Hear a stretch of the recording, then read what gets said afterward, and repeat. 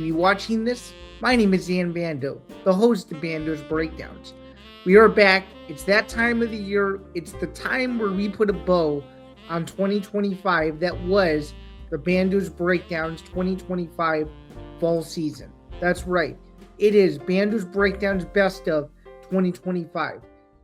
Unlike last year, where we did two parts for the show and we broke it up into sections of the year, we will do one full best of.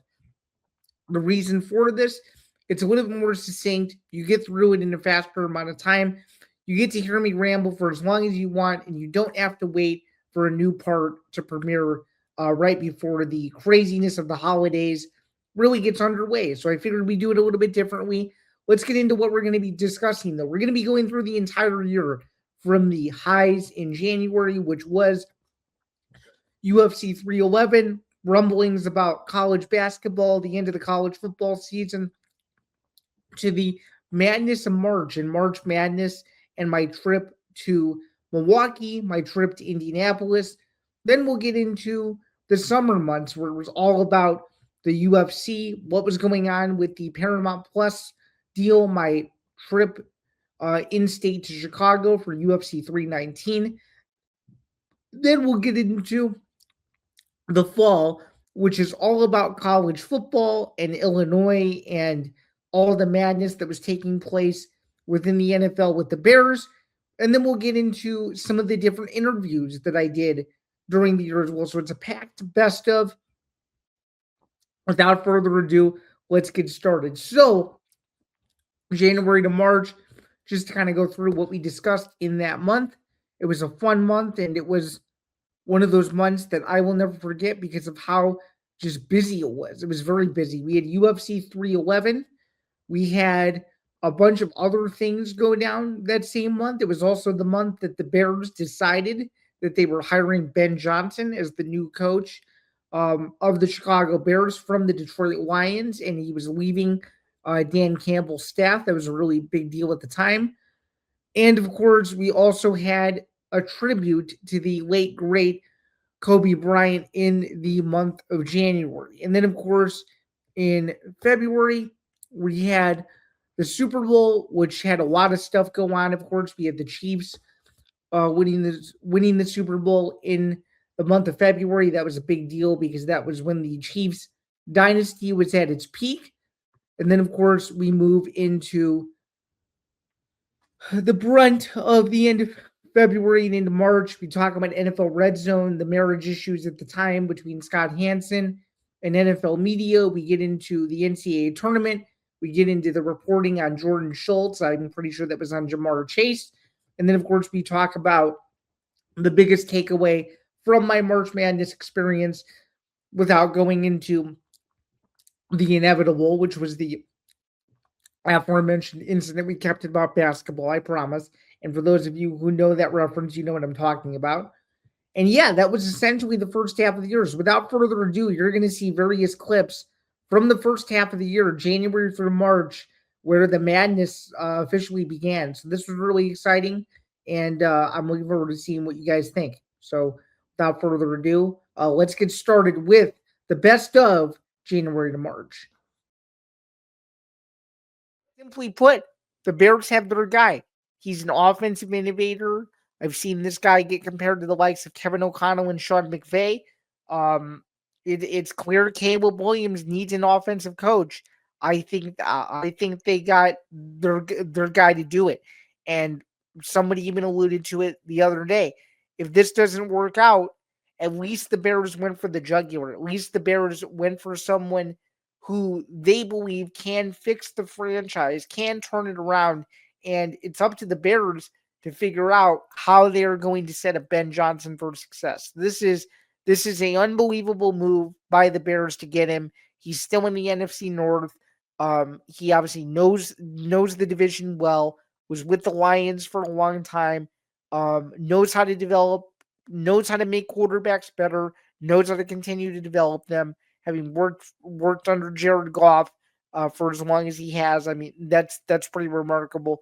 And Caleb Williams, you know, his ceiling hasn't even been reached yet. We have no idea who this kid could become, how he'll be remembered in Chicago. He showed flashes of brilliance last year. It didn't translate into very many victories, but he kept the Bears in a lot of games, and I'm excited to see where Ben Johnson takes the next step, because if he can do that, the Bears are a few pieces away, in my opinion, from being a consistent playoff team. Are we going to hold it against Makachev that he beat those guys in the way that he did, when technically he shouldn't have fought either guy when they fought? It was because of circumstantial matters that they occurred. Just something to think about, because I think even though he's now defended his title 4 times, he's only really beat, if you really think about it, 2 natural lightweights in that span. He beat Charles Oliveira to win the belt, and he beat Dustin Poirier last June at UFC 302. Again, it's part of the sport. Injuries happen. I get it. Arman couldn't fight. He had back issues. It is what it is. I get it. But when you want to talk about a dominant championship run, I think you have to sit back and you might have to asterisk various portions of it, just because sometimes you're judged based on that. I mean, LeBron James has a losing record in the NBA Finals. Some people hold it against him that he does, other people don't. Islam Makhachev hasn't lost a fight in 10 years. Do you hold it against him that he hasn't done that? Or do you take a look and you say, okay, some of the guys he beat in this title reign really didn't make sense for the time in which they occurred? To me, Renato Moicano, I love him. He's a great dude, or he seems like a great dude. But to fight the number 10 guy in the world just to save the main event, in my humble opinion, didn't make sense. In my humble opinion as well, I think Dana White's comments regarding Arman Tarzukian being next in line for a shot at the UFC lightweight title, or not being next in line for it, is unfair. That's a rematch we've waited 5 years to see. It's a great fight. I think a back injury the day before the fight, I think, is a little bit. I could understand both arguments, because then there's the other argument, oh, Zan, why didn't he notify the UFC sooner? I think there are a lot of factors, and I don't want to speculate as to why he didn't or he did, but I will say this. If you're a world-class athlete fighting for a championship and you're injured and you know that you might only have one chance to earn a title shot, aren't you going to do everything in your power to make sure that you do your best to make the fight? Going back to the preview here, my early pick, Kansas City 24, Philadelphia 20. I think Mahomes edges out Hurts. I think it's a great game. I think it's a high-scoring game. I think it's a back-and-forth game. I'm going to guess, if I were to put an over-under, I'm going to go under 6 punts in the Super Bowl. There's not going to be very many punts. There's going to be a lot of scoring drives in this game. A super close game, but I like Kansas City to become a three-peat NFL champion.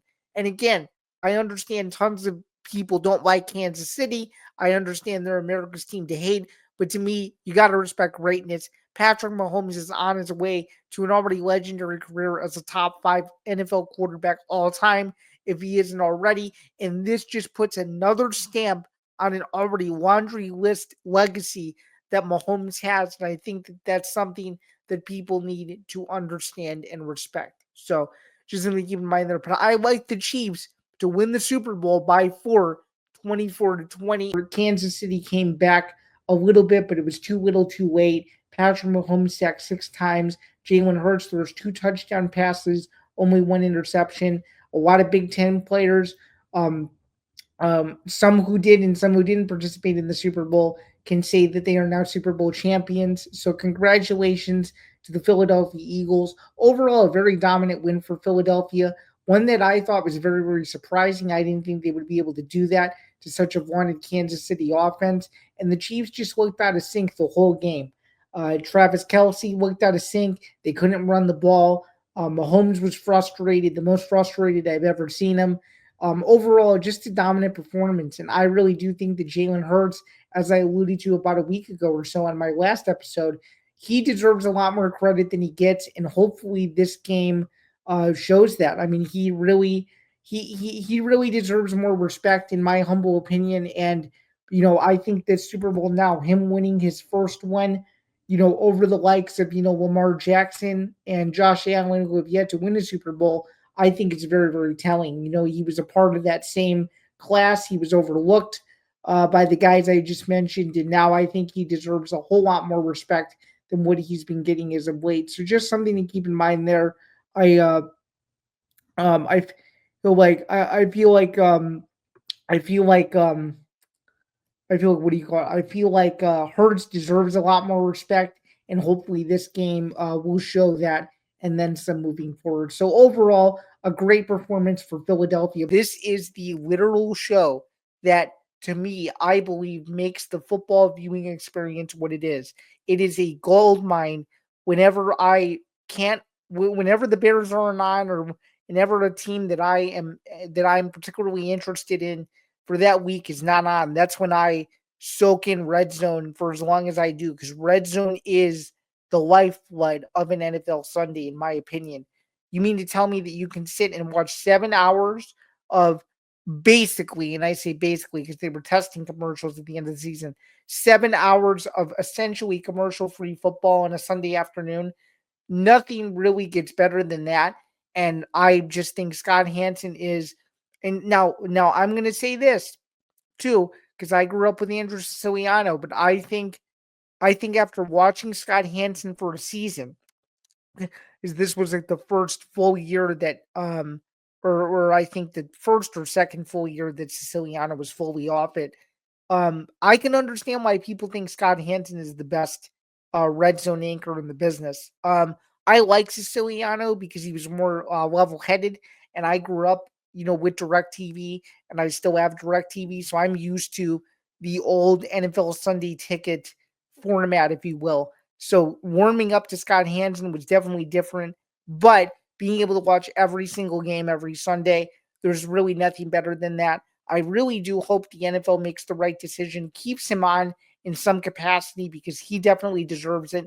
And what I think is even more interesting about this whole thing too is I think that if the NFL decides to go the route that they're trying to take this thing, I I personally think that the NFL needs to figure out a way to, instead of maybe get rid of Scott Hanson, but maybe they have multiple versions of Red Zone again. I think hockey is really trying to bring back the casual viewer, and I think that's the most interesting thing about this. I think a lot of people really embraced this incident. Again, it was a super viral moment. Former UFC welterweight champion George St. Pierre was in attendance, which was also pretty cool. Just to give some crossover name value recognition here, but I don't know, man. I think overall this four nations thing, I think is really cool, because it gives you a it gives you kind of a sense, it gives you kind of a perspective, and I mean overall, I mean it's really interesting. There is nothing more that I want to see than that team do well. It's good for everyone. It's good for the alumni base. It's good for the boosters. It's good for the students. It's good for the faculty.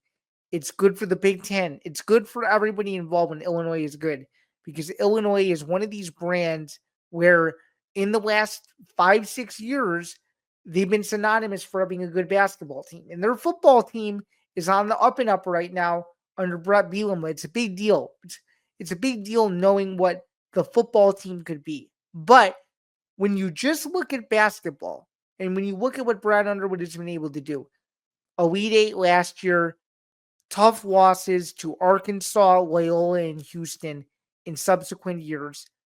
What he's been able to do over the last 6 or so years, 6 NCAA tournament appearances, 2 Big Ten tournament titles in 21 and 24, doing so with essentially new teams on a yearly basis, losing one of his best players he's ever coached in Terrence Shannon Jr., getting all the talent that he got in the offseason this past year, getting Kasper Siakachonis, a potential NBA draft pick, getting Will Riley, a potential NBA draft pick, to go in and buy into his program, even though they weren't 100% all year.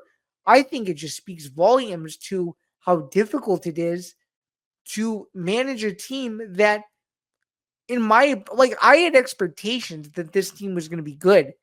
What no one knew about this team, and what people I think are failing to grasp when you look at a bird's eye view of this team, is the fact that how can you expect to win? And I'm sorry to go on a rant here, and I'm sorry that this is taking longer than it needs to, but I just have to let out my frustrations here because I saw this from just tons of people. Okay, I saw it from too many people to even comprehend. It was almost like they didn't even see the vision that everyone was kind of hinting at, or see the upward trajectory that everyone's trying to hint at here. How can you, in your right mind, think that because we have this talent, because we've got this 4 star, and because we have this, that, and the other thing, how in your right mind automatically assume that we can think that a championship is coming when these guys are only 17, 18 years old? Yakuchonis is from Lithuania, Will Riley's from Canada. These guys didn't grow up watching college basketball. I'm loving what I do. It's as simple as that. I'm loving what I do. I love doing this. I love writing for the places I do. I know not every home is my forever home, but but I could not envision myself doing anything else other than what I do now. I really can't. I get to wake up every day. I get to cover my 2 favorite beats on the planet, which are college athletics and fighting, and I get to do it with people who I care with mostly with people I care. I can't say I really know everybody I work with, but I would say mostly with people that I care about, and people who have the same drive, intensity, passion, and understanding as I do.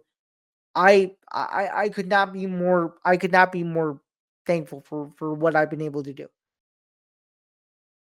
So that was January to March. You saw all those clips that were discussing various different sports and angles and news, and it was just a busy first portion of the year, if you will. Let's get into April to June though, because this is where things begin to change, and begin to change in a pretty unique way, because it was the start of some brand new seasons, and we were also getting into the postseason for some others. So, without further ado, this is April to June, and in these months, it was good. So we had some madness in April and May. I was a little sick, so we took some weeks off.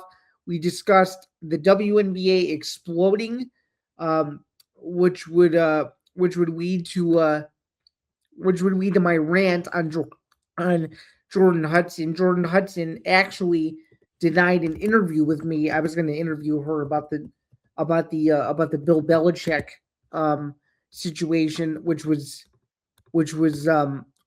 is interesting. That was back in episode 43, um, which that was interesting to react to what she actually thought. It was a private DM, which I won't get into, but essentially she declined the interview, so that led me to not go on a rant, but it led me to react in such a way to where it got some attention on the aftermath of that. So you're going to see that. You're also going to see my reaction to the Bears and Packers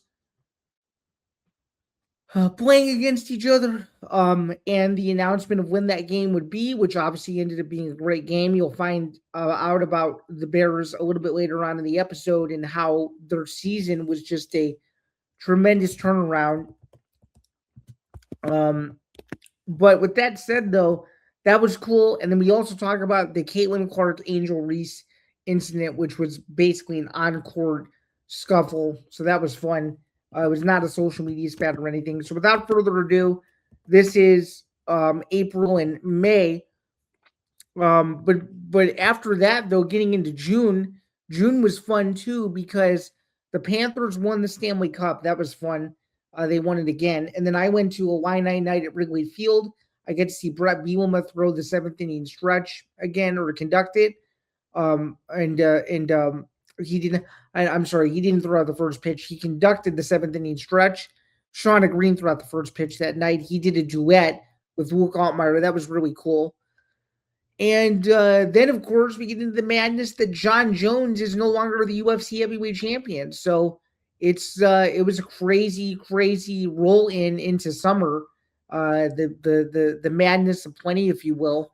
And this is one of those where after June I was exhausted because um, didn't know what was going to happen with the UFC heavyweight division, and it was just a complete nightmare mess. So, with that said, here are the best clips from April to June, and we will be right back to talk about the second half of the year, which is July to September, and then, of course, the end of the year. So, hope you enjoy these clips, and we will be back soon. I think it's brutal. I think if I was UNC, I would consider cutting ties. I mean, it's clear he's not himself. That interview was weird. Interview didn't make sense. Um, I just think the whole thing was a whacked out situation. Entire thing. Whole thing was whacked out. She made herself look bad. He now looks bad for the wrong reasons when he should be promoting a book that he's proud of. And to not even mention Robert Kraft in the book, according to what he said, is again just weird. Like the fallout of the whole Patriots era is weird. Like just the entire thing is weird. The entire thing is weird, and I think people are going to be looking at him differently if more comes out that he's involved in a bunch of this stuff. Bears Packers December vibes, always a fun time. Throw it back to 2018, last time the Bears won the NFC North Division title. They had to beat the Packers to clinch it. Green Bay was horrendous that year. Maybe, just maybe, a division title could be at stake late in the year at Soldier Field. It's been a long time since any Bears fan has said that. So I'm excited. A very, very cool event. This is something that Illinois has done now for several years to get the alumni out to Cubs games, to get current students out, just to get people kind of in that mindset like, hey, the fall is coming up. You should be excited. And this year, there's a lot to be excited about. So, to give you a little run through, obviously, Bielema's team, off of a 10-win year, won the Citrus Bowl. I was in attendance, talked about all that. If you go back in the archives, you'll find it. Brad Underwood made another NCAA tournament appearance, as he usually does. Without COVID, it's now 6 NCAA tournament appearances. And Shauna Green has done a masterful job at turning around what was once a fledgling women's basketball program just 4 years ago into a legitimate contender. They finally won their first NCAA tournament game in a long time this spring that just recently passed. And they have a lot of exciting stuff on the horizon, a pretty good transfer class. They have a really highly rated recruit coming in as well. So they should be destined for big things. But I think these words might come back to bite the boss man there. So let's pop this back up. So now we know what is sort of going on, but at the same time, we still sort of don't. But we have a deadline. It's a couple weeks. So 2 to 3 weeks is the target as to whether or not we will know if Jones Aspinall is going to happen or not. And I'm going to stick with the same notion that I think it is going to happen still. I think this fight needs to happen. I don't think there's any question about it.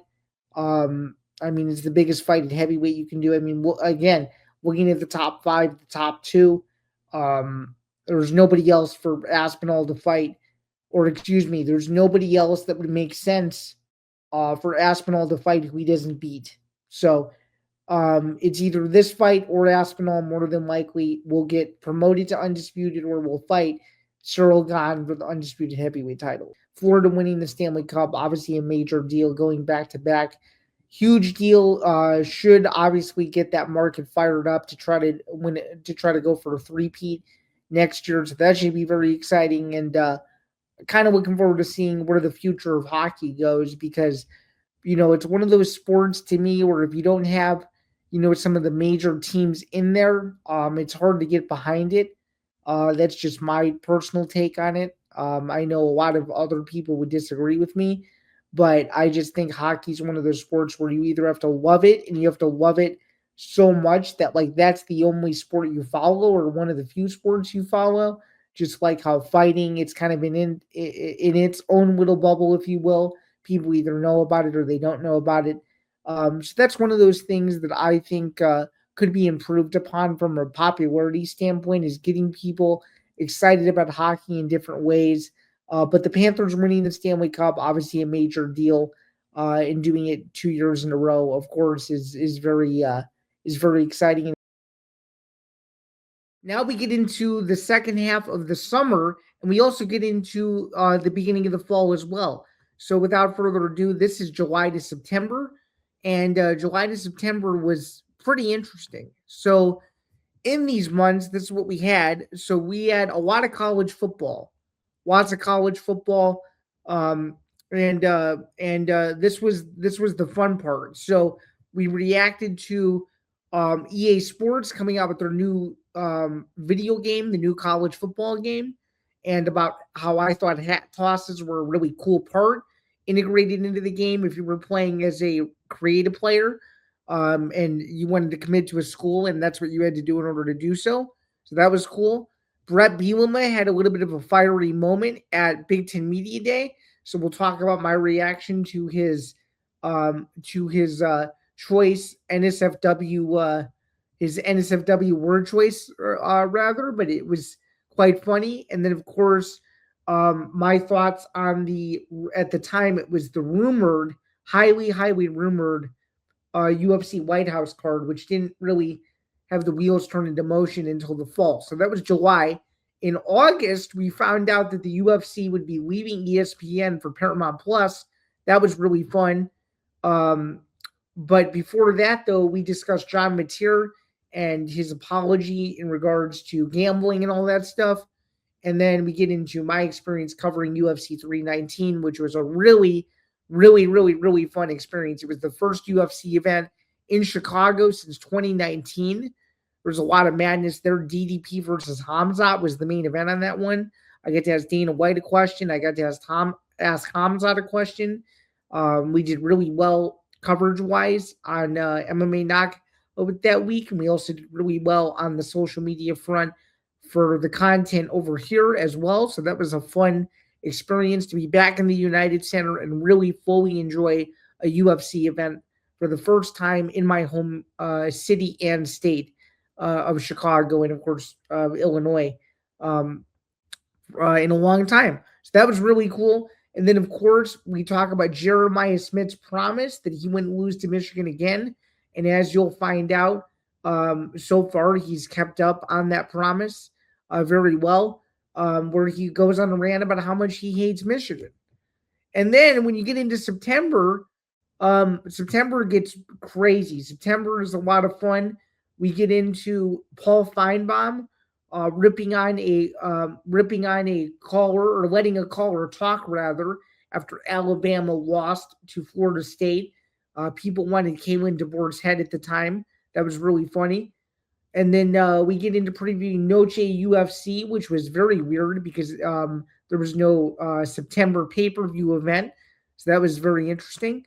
And then, of course, we had the teased Jake Paul, Tank Davis location switch up, which, spoiler alert, the fight doesn't end up happening. But I talk about how dumb of a fight it is and how at the time I thought that Tank Davis was going to beat him.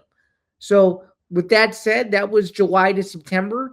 It was a fun couple of months. We covered a lot of ground, especially in the realm of football and combat sports. So without further ado, here are those clips from July to September, and we will be back to round out the end of 2025. Have a good one. And that is Dana White at the post-fight press conference for UFC 318, revealing that John Jones more than likely will not be competing on the White House card. And it's for a very simple reason. He's not worth the risk. So let's dive into this a little bit more. So John Jones has had a previous criminal history for a very long time, and he's ruined some of the biggest UFC events in recent memory. UFC 200 being an example. He had an entire event moved to Los Angeles years ago. there's been other instances popping a few times. The Daniel Cormier rematch being overturned, that would be the example there. There's several other instances too. Hit and runs, you name it, he's done a DUI, crashed his car, the whole thing. So it's clear that that they've come to their senses, if you will, that I guess they're willing to forego the money, if you will, to make the right not moral decision, but the right business decision. And I can understand why he feels this way. Like if you headline him on a card of that magnitude, where he's supposed to be the main event and everyone's tuning in to watch that, and he doesn't show up, you lost half your audience. He took to X to apologize. It'll probably end up being his only public statement in regards to any of this, but I'm going to continue to follow this story. I'm going to try to give you as much info as I possibly can as we move along here. But it's a huge deal, just given who he is and given his stature. I hope everything's okay, and I do think it's very weird that the person who allegedly did it, which isn't Mateer, has actually come out to apologize. And let me read that apology, and let me just verify that it is in fact the same person that allegedly went ahead and sent this tweet out um, on uh, on um, on on behalf of the situation. So this kid does not line up. This kid does not line up with what the ESPN story said. So Braden Henry, who allegedly claims that that this Venmo account is owned by him, which is very weird because it's clear that these screenshots say John Mateer paid Richard Roten. So let me just read what Henry said. This is the part I want to end on with this story because I just think this is bizarre. So he goes, as much as it pains me, I'll just come out and say it. This is my account. My friends and I used to make accounts under random athletes and make transactions such as these. I sincerely apologize to John and the Oklahoma community. My goal was never to hurt anyone, and it pains me to know that this is what I've done. I hope you all are able to forgive me. And these replies are crazy. I'm not going to read all of them, but there's some weird stuff.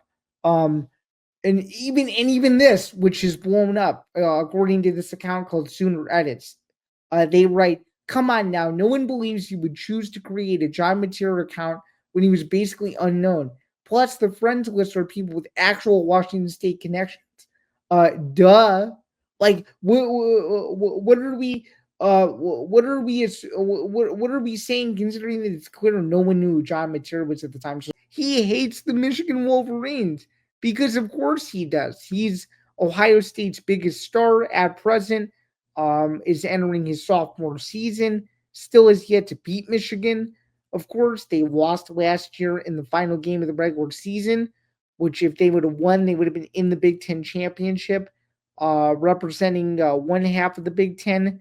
More than likely, it would have been against Oregon, and who knows who would have won that game. But it's clear that this year's Michigan Ohio State game is personal, and he simply described it in one way. He goes, I hate him. Hate is the one word that comes to mind for Jeremiah Smith. So that game in late November, Thanksgiving weekend, is going to have tons of heat on it.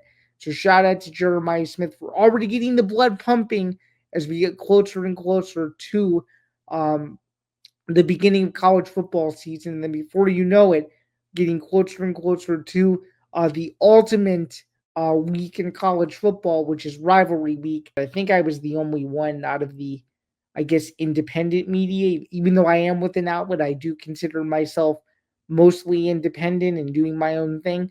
I think out of all the independent media, I think I was the only one to cover the event. So that I'm very grateful for. I'm not going to show you kind of the things that you get as media just for privacy reasons. I'd rather not do that, but I can tell you that you get wristbands for access through the first few days, and then you get a credential on fight night, and you get placed based on what credential you get. Um, and that is very interesting as well. I'll admit this on here too. I've done one, and I still don't fully understand how they determine where everybody goes. But it is what it is. Um, but anyway, that was Wednesday. Let's get into Thursday now, though. I feel like I'm boring you guys. Thursday's the fun day because every Thursday of a pay per view fight week is a pre fight press conference. This one was a huge one.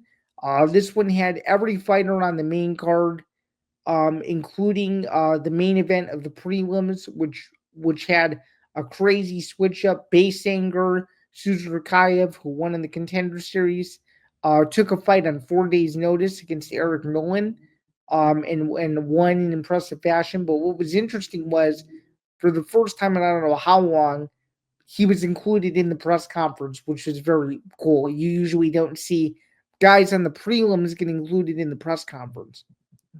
So that was very unique.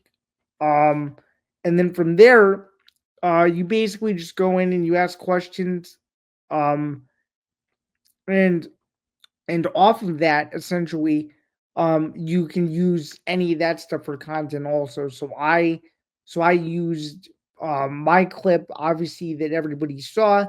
That one was, of course, of me asking Dana how stylistically the fight between Dricus Duplessis and Hamza Chimaev would play out, which, of course, it played out as an extremely heavy wrestling match of sorts. But it's clear, though, that he's done his due diligence, and it's clear that he let this guy talk, and this guy was a quintessential what you would picture an Alabama fan or an SEC nerd to be, which I just thought was unbelievable, very very well played, and one of the more fun radio call-ins that I've heard in quite some time. So let's hear this again. This is courtesy of the SEC Network. Let's tune into this. This is a football nightmare, brother. The Gus Bus wheels do go round and round.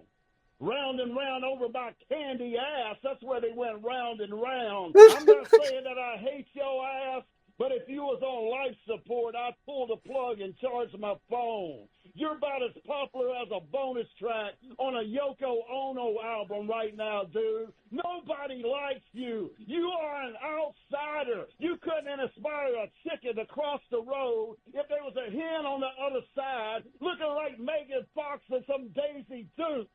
Get the hell out of town. So, first off, it's just unbelievable. It's clear the Alabama fans are pissed off. Nobody likes Kalen DeBoer. He's publicly number one in Tuscaloosa. This is going to be hilarious to see if more and more people continue to turn on this guy, because I thought this call was just awesome. This exhibition fight was supposed to be in Atlanta. The Georgia State Commission was not a fan of the freak show aspect of the fight. Ahead of the commission called it, quote unquote, some of the dumbest shit he's ever seen in regards to these two competing against each other. So this fight is being moved. It was made official on Wednesday afternoon via a press release from Most Valuable Promotions. I have the press release. Let's take a look at it. It just dropped. Or excuse me, it dropped the other day on Wednesday. So let's take a look here. Again, huge news. So of course, from MVP itself, they moved the press conference dates as well. So Monday, September 22nd in New York City is the first press conference for this event or leading up to it. And then the other one is going to be down in Miami. So it's going to be a 2-day press tour. Fans can sign up for the pre-sale. That begins Tuesday, September 23rd at 10 a.m. Eastern. The press release does not say why the fight is being moved, but according to USA Today and several other sources, the fight is being moved for the reasons I just mentioned a second ago. Some interesting stuff here. Just kind of talking about the success of MVP this year, referencing the Katie Taylor Amanda Serrano rematch that took place earlier this summer. What else was there around this fight that was interesting to talk about? Okay, here are some quotes from Tank Davis and Jake Paul. Would be happy to read these to you as well. So here we go. New city, same mission, seek and destroy the tank. This is from Jake Paul. Kaseya Center, Friday, November 14th. I'm bringing the heat, and Miami will see me take down this angry elf while the world watches live on Netflix. I forgot to mention, we'll talk about this in a little bit, but another big blockbuster Netflix production will be the backdrop for this fight. Netflix to air this fight exclusively to all of its subscribers for no extra cost. Here is Tank Davis's quote. Jake Paul has been cherry picking in the sport of boxing for a while now, but he picked the wrong opponent this time, said Tank Davis. He better start losing some weight, chasing some chickens, and pray that helps him some on fight night. Thank you to Netflix for giving me the opportunity to whoop this clown. And then, according to Dana White's least favorite promoter, the Warlock, Nikisa Bidarian, MVP together with Netflix is bringing the most disruptive fight in the year of the year in Miami. I don't know about that. And we could not be more thrilled to showcase this blockbuster event at Kaseya Center on Friday, November 14th. Fans in Miami and tens of millions watching globally will witness two of boxing's most electrifying stars collide in a once in a lifetime showdown. We're grateful to State Farm Arena. That's the original arena that was supposed to host the fight, and the GAEC, which is the Georgia Athletic Entertainment, probably commission or something, for their support in this process. Jake versus Tank is the culmination of 4 years of callouts and a brewing rivalry between Paul, the sport's most watched fighter, whose showmanship has redefined boxing promotion, and Davis, one of the most feared punchers in the world and widely recognized as the Mike Tyson of his generation. Also, a UFC event, UFC Noche. It's a fight night card. Diego Lopez, John Silva. I love this fight. I think stylistically, it's fascinating. It's not going to be boring. I think John Silva, though, is just on a different level. I think he gets the bad taste out of the fighting nerd's mouth. And I think Gene Silva, or John Silva rather, wins this fight early. KO TKO over to Lopez in a fighter fight, absolute slugfest. I just expect it to be one of the best fights of the whole year. I think. I think. What do you call it? I think Silva gets it done. I think it's a great fight. I think it's an awesome fight. I think overall the card's decent. It's free on ESPN Plus. And it will not conflict with Canelo Crawford, which is very exciting. So if you want to watch UFC, there's also UFC this weekend.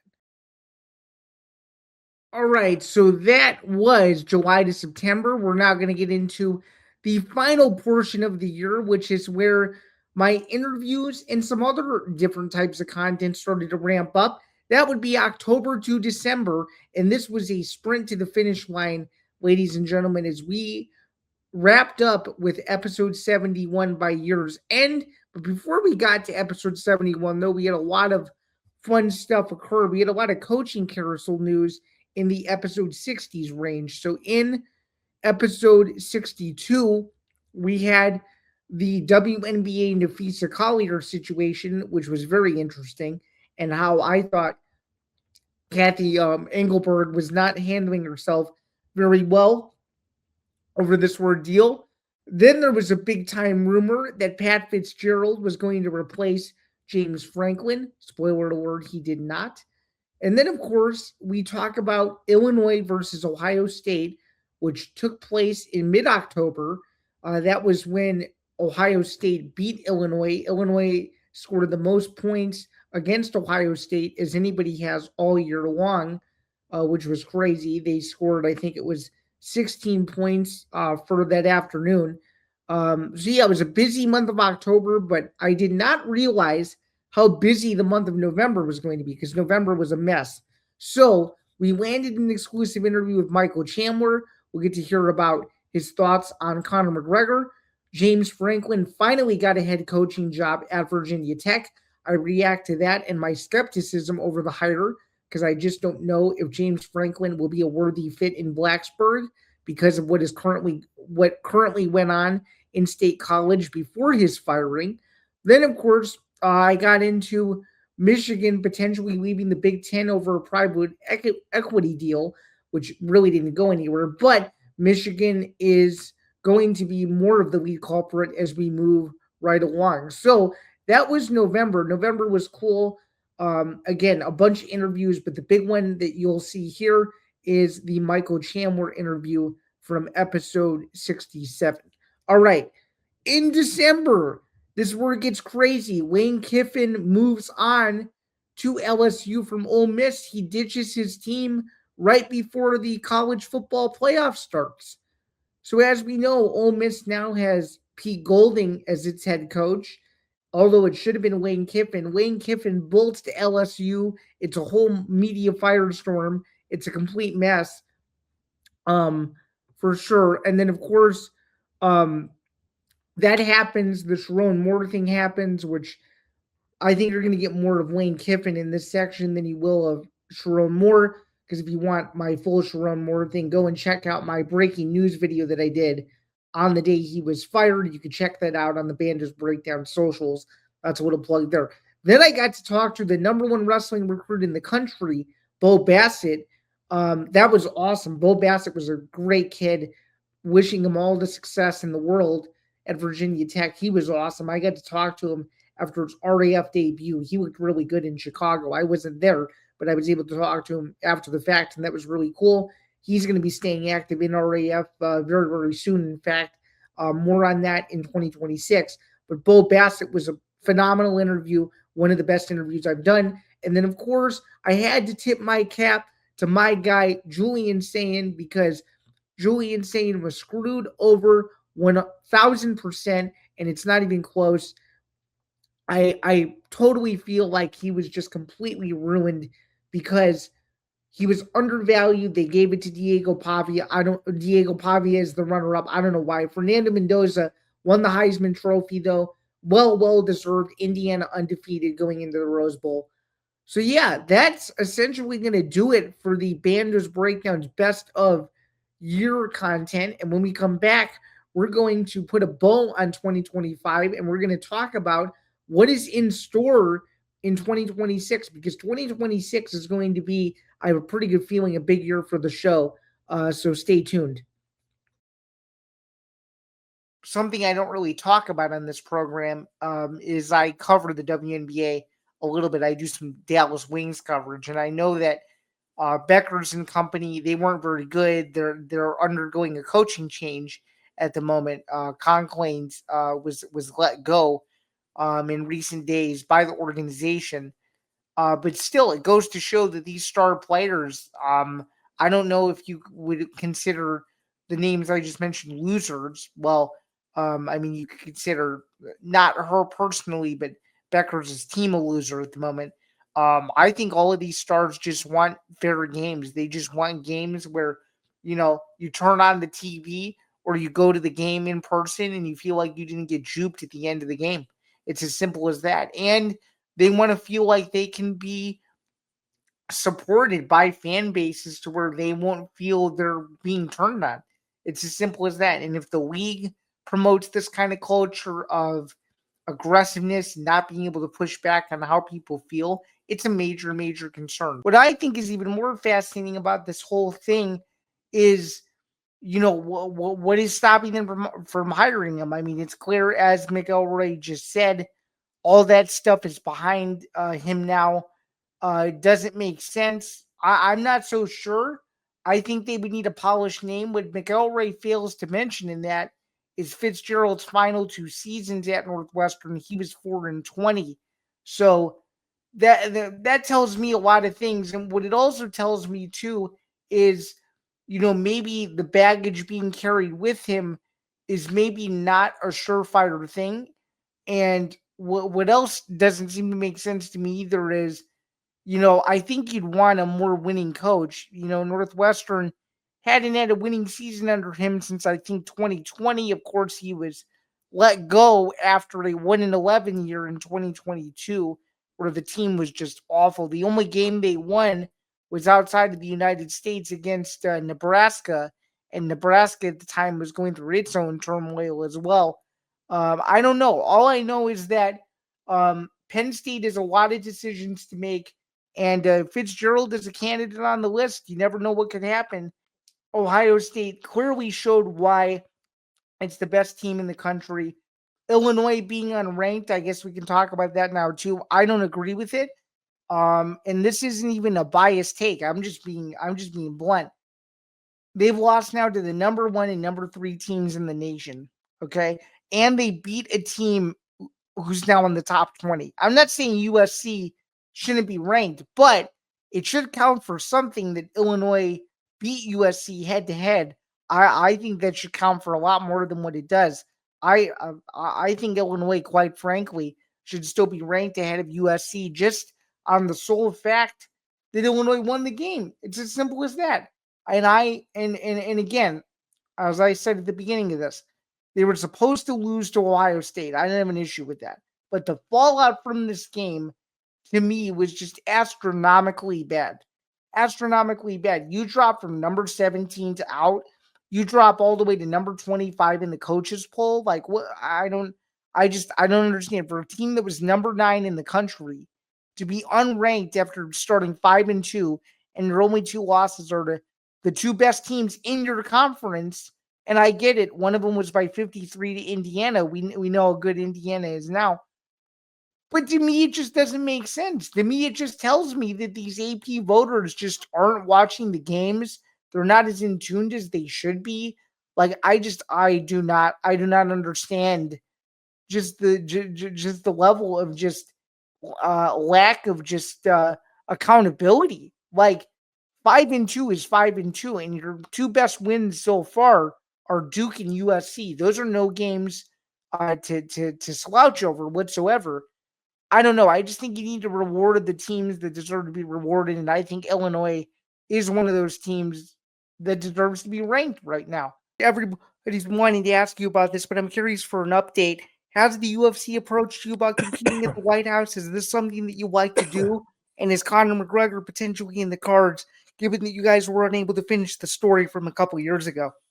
I think Connor's definitely in the cards. That's obviously the fight that I want, the fight that he wants, the fight that makes a ton of sense for the White House card.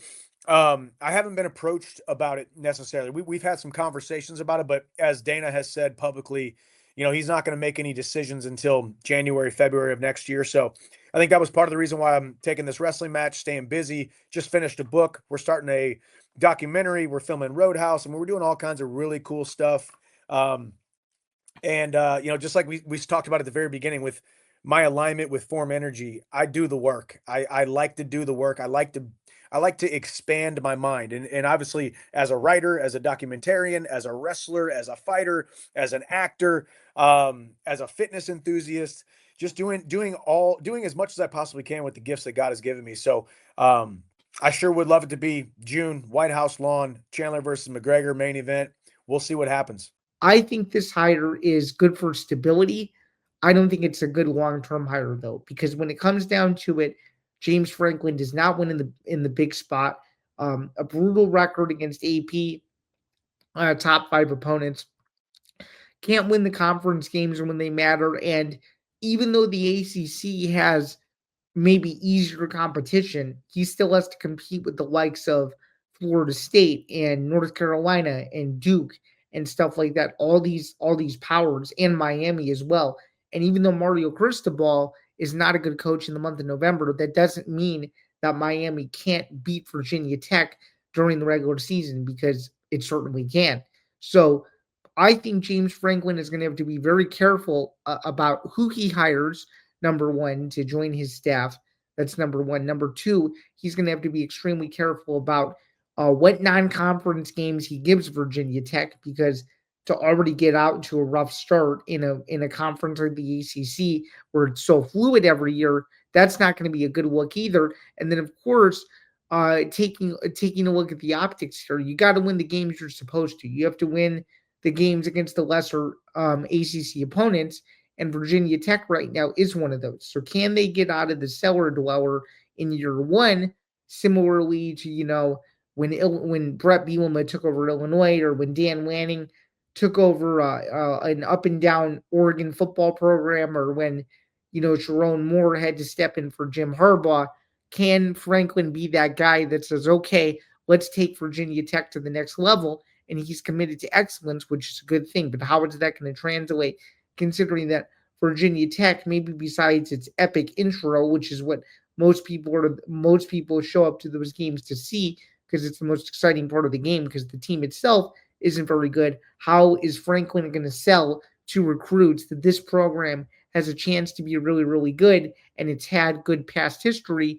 It just hasn't been able to, put together several seasons in a row of consistent winning. So that's going to be a major question that Franklin is going to have to answer. There's been a bombshell report by Yahoo Sports within the last several hours at the time this is being recorded that Michigan could leave the Big Ten by 2036 if it doesn't agree with the Big Ten's private equity deal.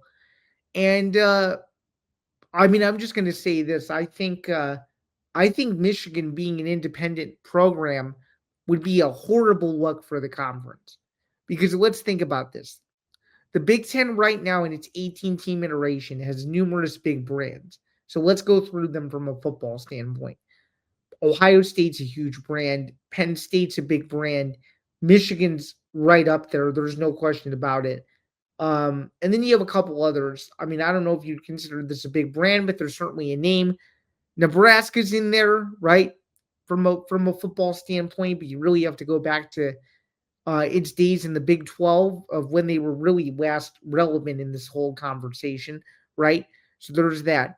Then you kind of keep looking down the list. You're like, okay, Illinois is not a big brand, but they're trying to become a program that people are talking about consistently on a national basis. You have Indiana, who came out of nowhere. And then, of course, you have the likes of Wisconsin, which once they're restored, Wisconsin being good is going to be critical. And then, of course, Iowa has always been there. So Michigan leaving the Big Ten, even though it wouldn't be for another decade, would be catastrophic because you would lose the biggest rivalry in the sport. You would lose Ohio State, Michigan. And I don't think the conference would accommodate Michigan playing Ohio State unless Michigan was still in the conference. I don't see it. It seems like the Big Ten is very buttoned up about, this conference schedule and this rotational thing that they're doing with all these schools, and how you only play certain teams every year and how you don't play teams one year, but you play them the next year. Prime example, Illinois played Michigan State last year, didn't play them this year, and will have to go to East Lansing next year. So it's like weird things like that. So I don't think it would be in Michigan's best interest to leave the conference. I really don't. I really don't, and I just see overall this not being the greatest look in the world. I really don't see it. This should be a time in Oxford, Mississippi, in my opinion, where they are celebrating Ole Miss's success right now. This should be a time in Oxford where people are, on campus, walking around, having a good time with their friends, talking about potential plans to go to a CFP first round game. Instead, they're all mourning because they've lost one of the best coaches they've ever had in a scenario that seemed unfathomable just a couple months ago. So my whole thought process on this is they're going to have to recover. They're going to have to move on, but it's just a matter of, okay, when they come to grips with Kiffin no longer being there at Ole Miss, can they move on and see that Golding is clearly the guy for success? And if they can't, it could be a long 2026 season. So this is going to be an ongoing story for sure. Those are my thoughts on the Kiffin situation. I think he was wrong to bail before the postseason. I do. But at the end of the day, it's his professional career. He can do what he wants with it. I think it was a lot of stress at first, but I think now I'm feeling super relieved that it's over. I know that I'm in the best place that I can be for myself, for my family, and for my future. And so we're really excited to join forces here with Virginia Tech. They're an amazing program as far as wrestling goes. They're amazing people. And I'm excited to see Where we can take this. I know we have an amazing team. We've got an awesome coaching staff, a bunch of awesome teammates that I'm going to be joining, and just really excited for the opportunity to compete close to home and at a place that I feel as though is home for the next 5 to 10 to however many years. So really excited to go down there. And I think that recruiting has taught me a lot of good lessons, and excited to be done with it. Julian Sain, highly, highly disrespected, in my opinion. First year starter at Ohio State, was obviously in the system before when Will Howard was there, but didn't really see the field. And now he's come in and he's made a name for himself. I mean, that kid is a stud. I mean, he just hangs in there. He throws the ball. He's super quiet. He's super confident. He said after every win, the mission's not over. And he even admitted after the Big Ten championship game that he needed to play better. And I don't know, man. I think you got to reward the guys that are in the playoff. And the fact of the matter is, Diego Pavia is not in the playoff. Jeremiah Love, despite him going to the national championship game last year, is not in the playoff. And Julian Sain and Fernando Mendoza are. I think it's pretty simple. Not only do you have to reward these guys on individual talent, but you got to see the teams that they're on. He had Cardinal Tate and Jeremiah Smith. Could you imagine if both of those guys were 100% healthy the entire year, as opposed to, starting to break down near the end of the season? And yes, they still won the Michigan game, but could you imagine if those guys were 100% healthy? Like, as in 100%, no concerns about injuries, no speculation from Ryan Day that they will or won't play or anything like that, because that was a huge storyline for 48 hours a couple weeks ago. I mean, you can't even begin to tell me that that isn't a legit argument. So I think Julian Sain was the most screwed out of all these guys. Welcome back. This is the roundabout final chapter of Best of 2025. Again, my name is Zain Bando. That was really fun to be able to go through the entire year with you guys. A nice capsule on what was one of the biggest years in the early history of Bando's breakdowns. Had tons of interviews. Let's just go through all of them. You're not going to see all of them in here, but just kind of go in a roundabout way. Michael Chandler, Clay Guida, Chad Mendez, Bellamir, Bo Bassett, and tons of just other types of individual content. Got to ask Brett Bielema a question on a virtual media day. We put that up. Shout out Brett Bielema as Illinois goes into the Music City Bowl against Tennessee on Tuesday, which actually is going to be kickoff. Will just be coming up, or will be coming up shortly from the time that this is dropping. So shout out Brett Bielema as well, as they get ready to play Tennessee and go for 9 wins. So that was really cool. Did a lot of just different things on the program. We talked about a lot of stuff that I never thought we'd talk about. The WNBA being one of them for sure. Talked a bit about the NHL during the postseason, which is something I don't really get into.